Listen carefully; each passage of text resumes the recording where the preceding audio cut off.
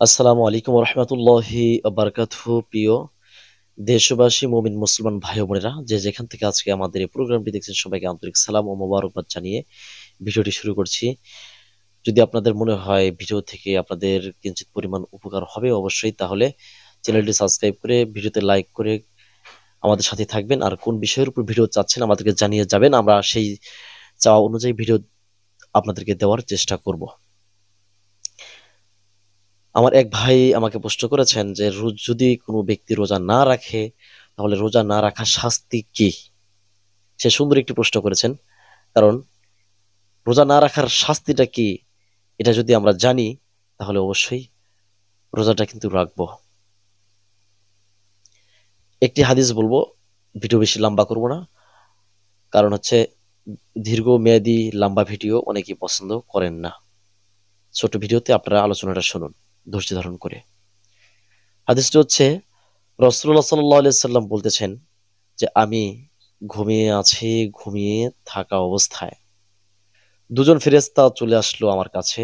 এসে দুজন দুপাশে, একজন আমার হাত ধরলো আর একজন আমার পা ধরলো। সুন্দরভাবে আমাকে উঠিয়ে নিয়ে যাওয়া হলো একটি দুর্গম একটি পাহাড়ের কাছে। রাসূল বলতেছেন এ কথা। রাসূলুল্লাহ বলতেছেন কোনো একটি পাহাড়ের পাশে আমাকে নিয়ে যাওয়া হলো। পাহাড়ের পাশে নিয়ে যাওয়ার পর আমাকে বলা হলো, আপনি পাহাড়ে উঠুন। রাসূলুল্লাহ সাল্লাল্লাহু আলাইহি সাল্লাম বললেন যে আমি যে পাহাড়ে উঠবো, উঠতে পারবো না।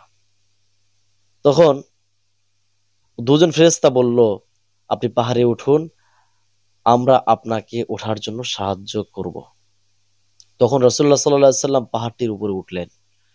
পাহাড়টির উপরে ওঠার পর, পাহাড়ের মাঝখানে চলে যাওয়ার পর তিনি বিকট কিছু সাউন্ড শুনতে পেলেন, মানুষের কান্নার সাউন্ড।